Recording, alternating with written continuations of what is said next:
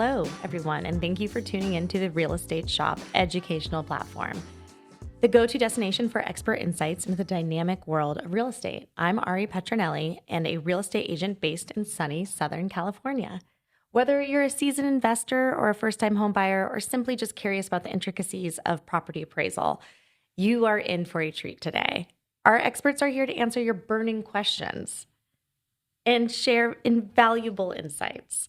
So sit back, relax, and let's embark on a journey of real estate wisdom with the Real Estate Shop. Today, we are going to delve into the intricate realm of property valuation. Joining us are two highly esteemed appraisers with a wealth of knowledge and experience. Please welcome John Penner and Marcus Espinoza, whose expertise spans the diverse landscapes of the ins and outs of appraisals. Thank you guys for being here. Yeah, hi, Ari. Okay. Hi, thanks. Hi. So John Penner has over 40 years of experience in appraisal and consulting services for all types of properties, specializing in medical office, industrial, retail, development, fractional interest, and eminent domain. In addition, he publishes the widely cited Penner Expense Guide, which uses actual expense data from properties throughout Southern California. Mr. Penner has qualified as an expert witness in bankruptcy and superior court for Orange, LA, and San Diego counties. He is a member of the Appraisal Institute with an MAI designation and a certificate in litigation. John, again, thank you for being here. Hey, great. That was a great introduction. I sound more experienced than I am, maybe. No, it sounds But pretty I have been impressive. around for a long time. Well. And I consider myself really fortunate to be in a field that I really enjoy for this long. And I hope to be in it longer. So for another 10, 15 years. So your question was about the MAI designation? Yes. What is an MAI? MAI stands for the member of the Appraisal Institute, which is the largest organization in the country for appraisal, and it's the longest standing. It goes back to the 1930s, and it was created after the banking crisis that created the Great Depression. So it's a very rigorous educational thing that we have to take a number of classes and show our experience and pass a demonstration report and also a comprehensive exam to get this after having a four-year degree. So it's pretty extensive, and usually it takes at least 10 years in your career before you reach that point. So it's almost like having a master's or PhD. Yes. Yeah, very much so. In appraisals. That's really interesting. And so Marcus Espinoza is a certified real estate appraiser who holds an MAI, SRI, ASA, and CCIM designations with his own company, Accurate Appraisers, with over 23 years of real estate appraisal and consulting experience. Marcus, what exactly is a SRA, ASA, and CCIM? Thank you, Ari. Just like John Penner just mentioned, the SRA is also another designation that you obtain by the Appraisal Institute. And like John Penner just mentioned, the Institute has been around for several 1930s. And it stands for Senior Residential Appraiser. And the Senior Residential Appraiser, or SRA, I would say, the last I checked, about maybe 1% of all appraisers holds that designation. The ASA is another institute that has been around for a long time as well, and that stands for Accredited Senior Appraiser. And the ASA is more of a multidiscipline organization where they focus on business valuation, they focus on personal property valuation, real estate valuation. And the reason why I picked that one up was because of the going concern valuations that we do in our field. And the CCIM is more geared towards brokers. And that stands for Certified Commercial Investment Member. And just like John said, you have to, rigorous, program, you have to do a lot to get it. So, yeah, it's like getting your master's or your PhD. Those designations. So they're not easy to get. They're hard to get. But we do it because we want our clients to feel comfortable in who they're selecting as their next appraiser. And so it's very important to them. So it's very important to us. I think that's really incredible that you guys have done that. Yeah, I wish I would have done some things Marcus did. John, I was curious about your expense guide and why you created the expense guide for other real estate professionals or investors. I've had the privilege of reading it, and it's incredible. It's really interesting with the amount of information that you have in there. Yeah, thanks. When I was starting out appraising, and I'm also a broker, you start to look into investment properties, and you know, you have a rent. Let's say the property is fully leased. You have a rent. You have a pretty good idea of what the rent is because you have a rent for your property. If it's fully leased, then you pretty much know what your vacancy is. You probably have an idea of a cap rate. These are all the things that go into coming up with an income approach analysis of your property and come up with a value. The real question is the expenses. It's hard to know what they are. And if you don't itemize them, especially here in California with Proposition 13, then you're just never really you're not gonna be able to just say, oh, well, it's $10 a square foot, or it's 8, or it's this percentage or something. Just isn't gonna work. So you have to really itemize them. And so I began to look at that. And, when you look at expenses, and you itemize them, sometimes you don't get that good information. And so if you don't have an expense guide or something to look at, what is the market really doing here? All you have is what the owner provides to you. Right. And you may not get it right if you assume that's correct. Yeah. True. No, that information is, so valuable to potential investors or buyers. And so Marcus, in one case, maybe a property owner would say that they don't want to provide maybe their 2019 financials as they received a substantial income that year and don't want to show that. How would you handle that? That's actually a real life question. That happens in real life, is what I mean. So they don't want to provide their 2019. So, if they're providing their 18, they don't want to provide their 19, 20, 21, 22, then it kind of looks suspicious. It looks like, why are you not including that inside of your appraisal report? Now, can I not include it because there was an anomaly income stream that year? Yes. It doesn't help our valuation because it might not have any weight to what our conclusion would be because it was an anomaly year. But we actually see it the other way, where there's not a lot of income. I see it more when there's not a lot of income in 2019. 2019 was before COVID, so that wouldn't be a reason to not include it. But I would encourage the client, I would encourage the property contact to include it, and we can just, we would just say that, this was an anomaly year. Maybe it doesn't reflect what the subject property is performance. So it all depends on where that number's at. If it's double 2018, if it's double 2020, 2021, 22, then we might elect to give it less weight. And we'll take it into consideration, but we'll probably elect to give it less weight. Yeah, you hate to say it, but property owners are biased towards what they want, Right. and they usually want a higher value. Sometimes they want lower values, but that's not our job. And our job is to come up with what a reasonable buyer would pay for a property, and usually a seller would sell it for. So, if you're going to look at expenses, this is where they tend to buffalo you. Yes. This is where they, you got to think that and know that going in. You got to really kind of have an idea of what's going on, or they may be able to pull the wool over your eyes. Right. Right, because usually appraisers request maybe 3 to 5 years of financials. Mm-hmm. And, a lot of property owners don't want to necessarily divulge that information. Yeah, sometimes they think it's kind of ridiculous or just too much or whatever, but they're really kind of holding back. And sometimes they don't keep very good records, mom and pop, and, Right. so. That's Yeah. true. Yeah. So also expenses in expenses in RSO and rent expenses have increased over the past several years, both due to inflation and higher usage from residents, whether they're working from home or just being home in general. Conversely, rents have not really increased the last few years. So how does that operating results? Should a return to normal expense ratios be forecast? Right.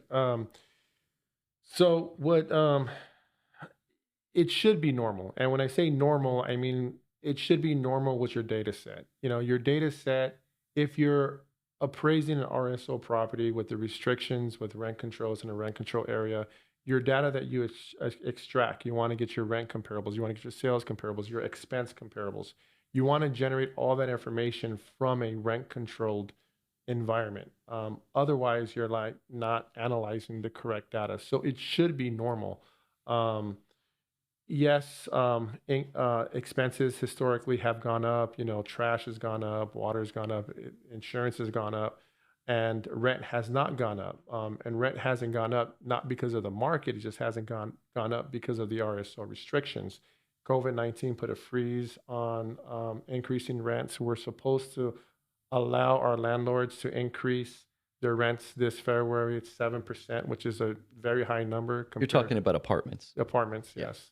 So rent control is a big issue. RSO properties are they're easy to appraise as long as you know as long as you're bringing the correct data to the table. So the expense ratio should be normal. All right. So John, reserves and replacements are another expense that I see appraisers use and others don't use. What is the correct way of analyzing reserves and replacements? Well, you have to have the Penner expense guide. I mean, number one. I think that, we're talking about, you've got some expenses that are related to long life items that the building has, that are, your structure. That's going to depreciate over time. And when it's done, your building's done. But there's short-lived items also. And that's really what we're talking about: the roof, the floor covering, the parking lot, things like that. If you're doing an apartment, we're talking about all the appliances and things of that nature: your air conditioner, your oven, your refrigerator, your washer, dryer. So we're looking at those, and we're looking at the life they're going to be, which is shorter than the life of the building. And so we're trying to come up with what would that maintenance be. So it's kind of an add-on to the repairs and maintenance expense. But it needs to be reflected, because sometimes your repairs and maintenance that are normally happening aren't reflecting that, because maybe your building's 10 years old, but these things are going to last 10, 15, 20 years. Mm-hmm. And so you don't really have a number for that, but you have to factor it in, because it's going to happen over time. And your income stream estimate, when you're all said and done, is going to reflect the value of your property into perpetuity for the life of that building, for the life of that investment. And so it needs to reflect those expenses. Another big, topic these days is insurance. And insurance is a big issue with property owners, since insurance has increased more than historical norms in the recent years. Do you use a higher conclusion than the current insurance premium? So our conclusions are based on the theory of anticipation. That means that we're projecting how the property is going to perform that next year. And so if we have historical saying that they're at 20 cents a square foot, and it's 25 cents a square foot, 30 cents a square foot, or let's say all of them were 30. I have seen insurance go up as much as 30% if compared to last year. So that right there would have to be taken in consideration for your projected expense line item. And us as appraisers, we take that in consideration. We look at their history. We look at something like the expense guideline from John Penner. We also look at expense comparables. And so we group all that information together, and we say, okay, well, what makes sense? And what's going on in the market today? If all our data is saying it's all 30 cents a square foot, but we know that the next year there's an increase in 30% because we've seen it, then we would take that in consideration. Marcus, what do you think about earthquake insurance? How do you handle that? We tend to leave that out because it's not a required expense. Some landlords elect to pick up that expense, but the reason why we don't include it because it's not underwritten that way with other properties. It's not underwritten. We don't underwrite it. Investors don't underwrite it. So if investors are not underwriting, and sale number 1 and 2 don't underwrite it, then it just mixes. Yeah, and the expense can be double Right. And like expect what to be all your double. expenses are. It's kind of crazy high here in California. Yeah, that's true. Oy, Yeah. oy. Flood insurance is another, but Yes. if the property is required to have flood insurance, then we'll include that. Right. John, I wanted to talk about, Prop 13, and I've noticed that some appraisers use Prop 13 for the real estate tax conclusion using the value conclusion. In other cases, I see appraisers not deduct taxes and add the tax rate to the cap rate. What is the correct way in handling this expense line item? Well, I think it's the first way. But I did have an attorney just this last week argue with me a lot because I'm doing a tax appeal. And state law has a different definition of market value for tax appeal. So the assessors are looking for us to load the cap rate with the tax rate. However, it does result in a lower value, which is what the client wants. But that's state law also. Yeah. So I'm including it and I'm loading the cap rate. But other than tax appeal, I never use that method. I always use just using the cap rate times the value. So, Marcus, if using Prop 13, which value should be used? The final conclusion, the purchase contract price, or the lowest value conclusion by the approaches used? That's interesting. I see that done in different ways. But if you're asking me, I would be using the purchase price. However, the purchase price can be there could be a big delta between purchase price because that's and market value. I mean, I actually myself personally bought a property back in 2020, and on paper we bought it for 600,000. But the property was never worth 600,000, and it was clear that it wasn't worth 600,000. So the assessor turned on the radar for the assessor. The assessor said, "Hey, this property is not worth 600,000. We're going to do our own assessment." So they did their own assessment. So when they did their own assessment, they came in at 950. Now, was it worth 950? That's the question. What does the assessor use? They use market rents, they use average condition, and that's what they did. And so when doing that, they're not considering the other things. They don't know what the actual rent is. They don't know what the condition of the property is. So was it worth 950? No, it wasn't worth 950. It was worth something south of that number. But then that's when you have to go do a tax appeal and say, "Hey, listen, it's not worth 950, and here's why." And so then the here's why comes up, and then the assessor appraiser lays low on it. But in most cases, we use the purchase price because if our valuation is off, say 5 or 10%, the assessor is still going to use purchase price. So that's what they would use. That's what I would use. I do see it used where, they say that the income approach is a self-contained, approach. So let's use that number. I also see other people use they use the sales comparison approach because that's going to be the final conclusion of the report. So, I see it done different ways, but I tend to veer on the purchase price. Yeah, I think I like to look at how court really looks at things because ultimately, if something is in dispute, it ends up there. Not that often, but that's really the arbitrator of what really the final arbitrator. And so you have to get back to basics. And what they're really looking for is sales.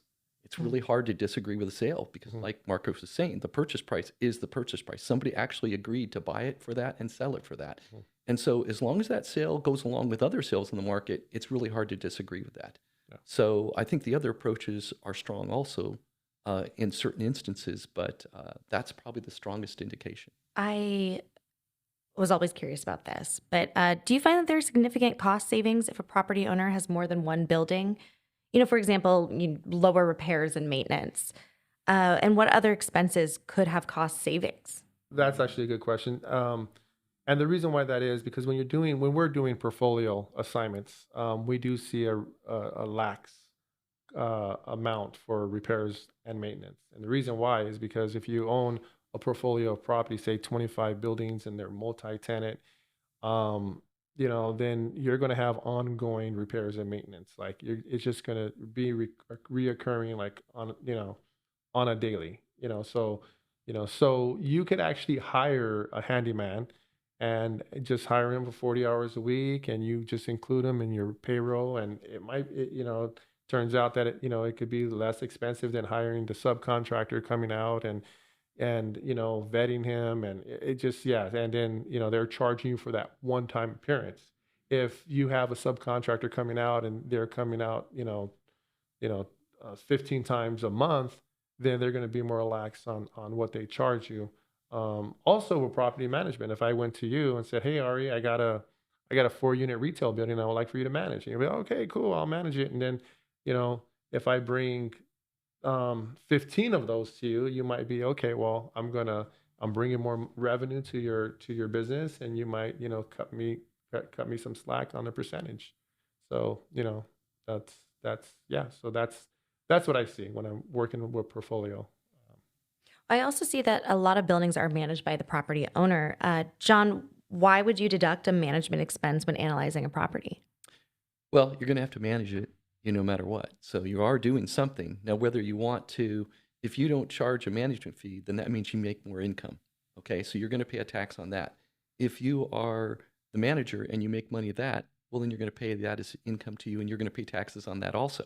So it's just a matter of what they're going to do. But basically, everybody's going to have management for a property. And if you're a buyer, then you're going to have to assume that that's going to be a cost. Absolutely. So you have to account for that. Somebody has to do the work. Yeah. But so how should owners handle capital repairs and improvements, John? Like water heaters, roof replacement, painting, and when can they deduct them in the year incurred versus amortizing them? Yeah, that's a good question. Just to kind of go back a little deeper, sometimes there's capital expenses, and maybe that's a major tenant improvement for the property or something. And that's not something that's going to be deducted as an everyday operating expense. So we do not include that in our everyday expenses. That's going to be dealt with separately down below the NOI line, the net operating income line. So, but aside from that, then we're just kind of looking at the expenses, and some owners deduct them every year, all the time. And then others, account for them over a time period. We're not really looking as appraisers.